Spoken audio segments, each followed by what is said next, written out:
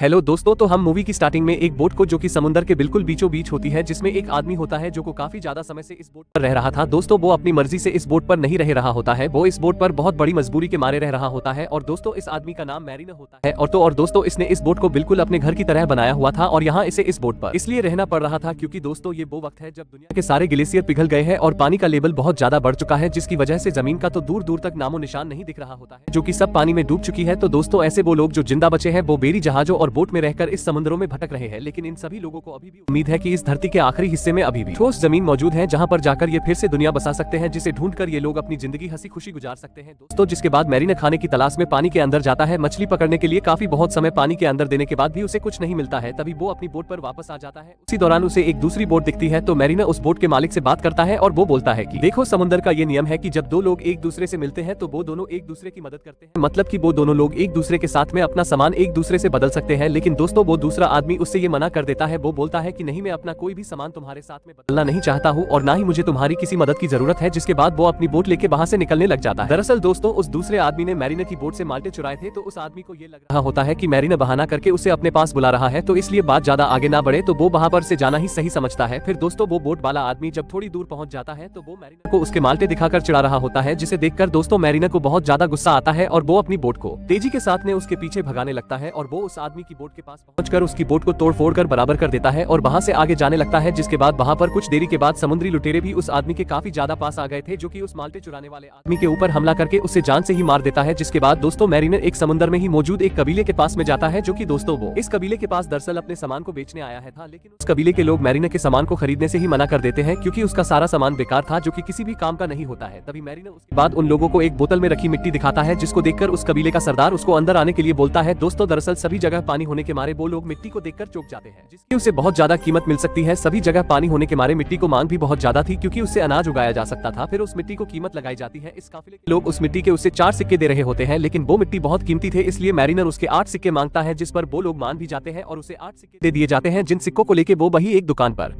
सामान खरीदने जाता है। लेकिन हम देखते हैं कि दुकान कहीं से भी दुकान नहीं लग रही थी क्योंकि वहां पर सिर्फ एक दो चीजें ही होती है और उसके अलावा और कुछ भी नहीं था खरीदने के लिए। तभी मैरिना वहां से थोड़ा पानी और टमाटर का पौधा खरीदता है क्योंकि वहां पर पानी की भी किल्लत थी। आपको तो पता ही है कि समुद्र का पानी तो पिया ही नहीं जा सकता था। उस पानी के बदले वो अपने सारे पैसे उस दुकान की मालिक को दे आता है, जिसका नाम था हेलन। और फिर जब मैरिना वहां से सामान के लिए जा रहा होता है, तभी उस कबीले कुछ लोग एक लड़की को लेके उनके पास आते हैं और उससे बोलते हैं कि अगर तुम इस लड़की से शादी करोगे तो तुम यहाँ से जो चाहो वो यहाँ से लेके जा सकते हो। और उस कबीले के लोग ऐसा सिर्फ इसलिए बोलते हैं क्योंकि मैरिना बहुत होशियार और ताकतवर था, जबकि उसके मुकाबले वहाँ के सभी लोग भूसदिल होते हैं क्योंकि उन सभी का ये मानना था कि शादी के बाद जो मैरिना का जो बच्चा वो भी बिल्कुल उसी की तरह बहुत बहादुर होगा। मगर वो इसके लिए उन सभी लोगों से साफ मना करके वहाँ से जाने लगता है। मैरिना का ये रूप देखकर कबीले वाले लोग समझते हैं कि मैरिना कोई इंसान नहीं बल्कि जलपरी है, क्योंकि वो बहुत समय से उस बोट के अकेला ही रह रहा था और जब उसे आज मौका मिल रहा था शादी करने का तो उसने बिल्कुल साफ साफ इनकार कर दिया। और बल्कि अगर वो सच में इंसान होता तो वो इस शादी से कभी भी इनकार नहीं करता। तभी उस कबीले के लोग उसे वहाँ से जाने नहीं देते हैं और उसे पकड़ लेते हैं। तभी उसे पकड़े पकड़े एक आदमी मैरिना के कान के पीछे एक निशान देखता है, जो कि सिर्फ जलपरी के कान के पीछे ही होता है, जिसे देखकर वो आदमी घबरा जाता है और उसे पानी के अंदर फेंक देता है। उसके बाद वो सभी लोग उसको पानी से निकालकर एक पिंजरे में कैद कर देते हैं। अब वो लोग उसे पानी में डुबाकर मारने की सोच रहे होते हैं क्योंकि ये सभी लोग किसी भी इंसान को मारने के बाद उस इंसान की खाद बनाकर इस्तेमाल करते थे और वो सभी लोग मैरिना को मारने के बाद भी यही करने वाले थे। मगर वो इससे पहले वो ये कर पाते, उससे पहले वहाँ पर कुछ समुद्री लुटेरे आ जाते हैं और इनके कबीले पर हमला कर देते हैं। तभी सभी लोग डर कर वहाँ से इधर उधर भागने लग जाते हैं और ये सभी कोई मामूली लुटेरे नहीं थे, बल्कि ये लुटेरे काफी अमीर और खतरनाक होते हैं क्योंकि इन सभी के पास बहुत बड़े बड़े और महंगे हथियार थे। इसके अलावा कुछ उड़ने वाले हथियार भी थे, जो कि इस समय में किसी के पास नहीं होते हैं। फिर वो लोग अपने हथियारों से कबीले के ऊपर लगातार गोलियां चलाते हैं, जिसकी वजह से उस कबीले का बहुत बुरा हाल हो जाता है। वहाँ पर चारों तरफ धुआं ही धुआं होता है और सब कुछ टूट गया था। वो कबीला पूरी तरह तहस नहस हो गया होता है। तभी उस दुकान के मालिक हेलन मैरिना को जब डूबता हुआ देखती है और सभी वो उसके पास जाती है और उससे बोलती है कि मैं तुम्हें बचा सकती हूँ, लेकिन इसके बदले तुम्हें मुझे अपनी बोट पर बचा कर लेके जाना होगा, जिसके लिए मैरिना मान जाता है। तभी तुरंत हेलन उस जाल के दरवाजे को तोड़कर उसे बाहर निकाल देती है, जिसके बाद हेलन और उसकी बेटी को बचाकर अपनी बोट पर ले जाता है। तभी अब हमें पता चलता है कि हेलन की बेटी की कमर पर एक टैटू होता है, जो कि एक आइलैंड का नक्शा होता है और ये वही जगह होती है जहाँ पर ठोस जमीन होती है और जहाँ पर ये लोग अपना जीवन दोबारा बसा सकते हैं। और यहाँ पर हमें ये पता चलता है कि मैरिना सच में ही एक जलपरी ही है, इसीलिए वो पानी में सांस भी ले सकता है। वो हेलन से बोलता है कि नहीं तो तुम या तो तुम्हारी बेटी में से किसी एक को मारना होगा, क्योंकि हमारे पास पीने का पानी बहुत ही थोड़ा है और अगर तुम दोनों में से कोई एक अगर नहीं मरा तो प्यास की वजह से हम तीनों ही मार जाएंगे। ये सुनकर हेलन काफी ज्यादा परेशान हो जाती है और कैसे भी मैरिना को बना मना लेती है अपनी बेटी और खुद को जिंदा रखने के लिए। उसके बाद हम उस खतरनाक लुटेरों के सरदार को देखते हैं, जो कि एक आंख से अंधा था लेकिन बहुत बहुत ज्यादा गुस्से वाला था। वो अपने साथियों से बोलता है कि कैसे भी करके मुझे वो बच्ची चाहिए जिसकी पीठ पर वो नक्शा है। जिसके बाद वो अपने सारे लुटेरे साथियों को बहुत सारी सिगरेट देकर मजे करने के लिए बोलता है और उन सभी के साथ में वो खुद भी बहुत एंजॉय कर रहा होता है। लेकिन तभी एक बूढ़ा आदमी उसके पास आकर बोलता है कि सरदार, अपने जहाज का तेल तो कुछ दिनों में खत्म हो जाएगा। ये सुनकर वो सरदार काफी ज्यादा गुस्से से भर जाता है और तभी हमें ये पता चलता है कि वो अंधा होने के साथ में थोड़ा सा पागल भी होता है, क्योंकि जो उसका दिल करता था वो वही करता था और फिर चाहे उसका अंजाम कुछ भी हो तभी वो उस वक्त वैसा ही करने लगता है। वो माचिस को तिल्ली जलाकर तेल के टैंक में फेंकने वाला था, लेकिन उससे पहले उसके टैंक में आग लगती और जहाज तबाह होता। उससे पहले एक आदमी तिल्ली को पकड़ लेता है और उसे बुझाकर जहाज ब्लास्ट होने से बचा लेता है और फिर वो सरदार अपने लुटेरों को उस टैटू वाली लड़की को पकड़ने के लिए भेजता है। उधर मैरिनर अपनी बोट पर हेलन और उसकी बेटी को लेके जा रहा था, लेकिन तभी वहां पर उस लुटेरे सरदार का हवाई जहाज आकर मैरिनर की बोट पर हमला कर देता है, जिससे लड़ने के लिए मैरिनर हथियार लाने के लिए बोट के नीचे वाले हिस्से में जाता है। ये देखकर हेलन को लगता है कि मैरिनर डरकर हमें यहाँ पर छोड़कर भाग गया है, इसीलिए वो खुद एक हथियार से उन लोगों के हवाई जहाज पर अटैक कर देती है। फिर जैसे ही वो तीर उनके जहाज पर लगता है, जिससे वो हवाई जहाज खत्म तो नहीं होता है, बल्कि वो तीर उस रस्सी के साथ में वहां जहाज पर अटक जाती है, जिससे वो हवाई जहाज उनकी बोट के चारों तरफ घूमने लग जाता है। और तभी इतने में वहां पर मैरिनर आकर कैसे भी करके उस रस्सी को काट देता है, जिससे वो जहाज आजाद होकर वहां से भाग जाता है। और ऐसा करके हेलन ने उस हथियार का एक तीर बर्बाद कर दिया था, इसीलिए मैरिनर उस पर और उसकी बेटी पर काफी ज्यादा गुस्सा करता है। उन दोनों को सजा देने के मारे वो उन दोनों के बाल काट देता है, जिसके बाद वो लोग दोबारा से अपना सफर शुरू कर देते हैं। तभी वो लोग आगे बढ़ ही रहे होते हैं, तभी उन्हें वहां पानी में एक जहाज दिखाई पड़ता है, जिसे देखकर हेलन बोलती है कि हमें इस जहाज पर जाना चाहिए ताकि वहां से हमें कुछ खाने पीने के लिए कुछ मिल सके। फिलहाल के लिए मैरिनर वहां जाना तो नहीं चाहता था, लेकिन वो हेलन की बात मानते हुए उस जहाज के मालिक के पास जाता है, जहां पर जाकर उसे ये पता चलता है कि ये एक सौदागर है और वो वहीं पर हेलन को खरीदने की बात करता है, मगर उसके पास मैरिनर को देने के लिए कुछ भी नहीं होता है। और तभी वो मैरिनर को एक कागज दिखाता है और अब कागज की बहुत ही ज्यादा कमी थी और इस दौर में किसी के पास भी कागज नहीं होता है, तो मैरिनर हेलन को कागज के बदले में आधे घंटे के लिए उस सौदागर के साथ में जाने के लिए बोलता है। और फिर हेलन जैसे ही उसके पास जाती है, तभी वो तुरंत हेलन को लेकर जहाज के नीचे वाले हिस्से में लेकर आ जाता है। और अभी वो नीचे पहुंचा ही था, तभी इतने में उसके पीछे पीछे मैरिनर भी वहां पर आ जाता है और उससे बोलता है कि अब बस तुम्हारा समय पूरा हुआ, लेकिन अभी तो 5 मिनट भी नहीं हुए थे। इसीलिए वो सौदागर बहुत गुस्से में आ जाता है और एक चाकू लेकर मैरिनर पर हमला कर देता है, लेकिन मैरिनर उससे बहुत ही ज्यादा ताकतवर था, तो वो इसीलिए उसी के चाकू छीन कर उसे उसी से मार देता है। अब मैरिनर ये जानता था कि हेलन और उसकी बेटी काफी ज्यादा भूखे हैं, तो वो इसीलिए उस पानी में कूदता है और एक बहुत बड़ी मछली को मार कर लाता है, जिसके बाद वो लोग उस मछली को पेट भरकर खाते हैं। तभी अब जैसे जैसे वक्त गुजर रहा था, वैसे वैसे हेलन और मैरिनर की दोस्ती बढ़ रही थी, मतलब वो लोग अब काफी अच्छे दोस्त बन चुके थे। अब इसीलिए वो हेलन की बेटी को तैरना भी सिखाता है, और जहाँ पहले वो उन दोनों को पसंद नहीं करता था और अब वो तीनों एक दूसरे के अच्छे दोस्त थे। और फिर एक दिन मैरिनर फिर से देखता है कि एक बोट और है जो कि उसकी बोट के पीछे होती है। अब उसे ये तो समझ तो आ नहीं रहा था कि ये बोट आखिर किसकी है, लेकिन जैसे ही हेलन उस बोट देखती है तो वो वैसे ही समझ जाती है कि आखिर ये बोट किसकी है, और वो ये समझ जाती है कि ये बोट लुटेरों की है। वो ये बात मैरिनर को बताती है और ये भी कि ये लोग मेरी बेटी को पकड़ने के लिए यहाँ पर आ रहे हैं, क्योंकि उसके पीछे पीठ पर एक ठोस जगह का नक्शा है जो कि एक आइलैंड है। जो सुन मैरिनर बोलता है कि मैं ये नहीं मानता, क्योंकि ये नामुमकिन है, क्योंकि पूरी दुनिया खत्म हो गई है, तो ये जमीन कैसे हो सकती है। जिस पर बोलती है कि ये बात बिल्कुल सच है, ये जमीन सच में मौजूद है, क्योंकि जब ये बच्ची मुझे मिली थी तो इसके हाथ पर मिट्टी थी, तो अब तुम खीर अंदाजा लगाओ कि मिट्टी तो सिर्फ जमीन पर ही मिल सकती है ना। तभी ये राज भी खुलता है कि ये बच्ची हेलन की अपनी बच्ची नहीं है, बल्कि वो उसे पानी में मिली थी जब वो डूब रही थी, और तब हेलन ने उसकी जान बचाई थी। और अब उसकी ये बात सुनकर मैरिनर को बहुत गुस्सा आ गया था, इसलिए वो हेलन को पानी की गहराइयों में एक सबमरीन में बंद करके ले जाता है। सबमरीन दरअसल एक छोटी सी बोट होती है जो कि हर तरफ से बंद होती है और इसका इस्तेमाल सिर्फ पानी की गहराइयों में जाने के लिए किया जाता है। और तभी अब पानी की गहराई में आकर हेलन देखती है कि यहाँ पर तो आलीशान इमारतें हैं जो कि सब कुछ खत्म होने की वजह से यहाँ पर डूब गई है। और तभी ये सभी लोग जब वापस ऊपर आते हैं तो देखते हैं कि वो समुद्री लुटेरे इनके काफी ज्यादा पास आ चुके हैं। वो लुटेरे इनकी बोट पर आकर उन दोनों को पकड़ लेते हैं। तभी उन लुटेरों का सरदार उनसे पूछता है कि वो बच्ची कहाँ है जो तुम्हारे साथ में थी, और अब सच में वो उस बच्ची के बारे में कुछ नहीं जानते थे, इसलिए वो बोलते हैं कि हमें नहीं पता कि वो कहाँ है। ये सुनकर इस सरदार को बहुत गुस्सा आ जाता है और इसीलिए वो उन दोनों को मारने का हुक्म दे देता है। और तभी हम उस बच्ची को देखते हैं जो कि और कहीं नहीं बल्कि इसी बोट के नीचे छुपी हुई होती है। वो उन दोनों को मारने वाली बात सुनकर ऊपर आ जाती है, जिसे देखकर वो सरदार तुरंत उसे पकड़ लेता है। और अब उसे बच्ची भी मिल गई थी, मगर वो अभी भी अपने दिए हुए ऑर्डर पर कायम रहता है। वो मैरिनर और हेलन को तुरंत मारने के लिए बोलता है, मगर वो लोग उससे पहले उनके साथ कुछ कर पाते, उससे पहले वो लोग इनके साथ कुछ करते। मैरिनर हेलन को लेकर पानी में कूद जाता है। वो लोग उन दोनों पर गोलियां भी चलाते हैं, मगर वो लोग कैसे भी करके उनसे बच जाते हैं। तभी हेलन मैरिनर से बोलती है कि मैं एक इंसान हूँ, मैं पानी में सांस नहीं ले सकती है। ये सुनकर मैरिनर हेलन को अपनी सांस देता है, क्योंकि जैसा कि दोस्तों मैंने आपको बताया कि वो मामेट यानी जलपरी था। और तभी वो कुछ देर के बाद ऊपर आते हैं, तभी देखते हैं कि उन लुटेरों ने उनकी बोट को तोड़ फोड़ कर बर्बाद कर दिया है, मगर अब उनके पास कोई भी जहाज या बोट नहीं थी, इसीलिए उन्हें उस टूटी हुई बोट पर ही अपना पड़ता है। तभी इसके बाद वो लोग उस टूटी हुई बोट पर ही बैठकर बातें करने लग जाते हैं। तभी उसी दौरान पानी में मैरिनर को थोड़े कागज मिलते हैं जो वही कागज होते हैं जो कि उस सौदागर मैरिनर को दिए थे हेलन के बदले में, और इसी कागज पर भी उसी जमीन की फोटो बनी होती है, जिसे देखकर वो समझ जाता है कि अभी भी जमीन का एक हिस्सा ऐसा है जहाँ